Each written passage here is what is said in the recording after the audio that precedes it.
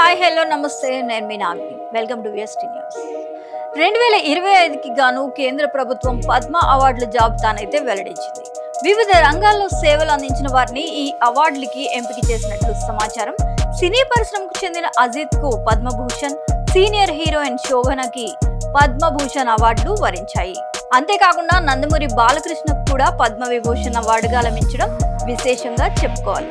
సినీ పరిశ్రమకి అలాగే Basavatarakam cancer hospital తరపున చేసిన సేవలు గుర్తించి కేంద్ర ప్రభుత్వం ఈ పురస్కారానికి ఎంపిక చేసినట్లు స్పష్టమవుతోంది. దీంతో నందమూరి అభిమానులు, టీడీపీ శ్రేణులు, హిందూపురం వాసులు సంతోషం వ్యక్తం చేస్తున్నారు.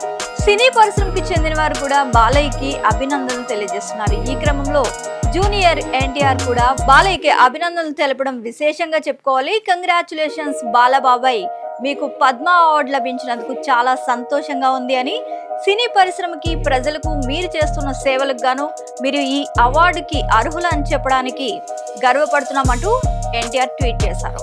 ఇక బాలకృష్ణ నటించిన డాకు మహారాజ్ చిత్రం సంక్రాంతి కానుకగా రిలీజ్ అయ్యి సూపర్ హిట్ అయితే అయిపోయింది. ఇప్పటికీ ఈ సినిమా నుంచి మంచి వసూలు కూడా వస్తున్నాయి. ప్రస్తుతం బాలకృష్ణ, బోయపాటి సీను దర్శకత్వంలో అఖండ 2 సినిమా అయితే చేస్తున్నారు.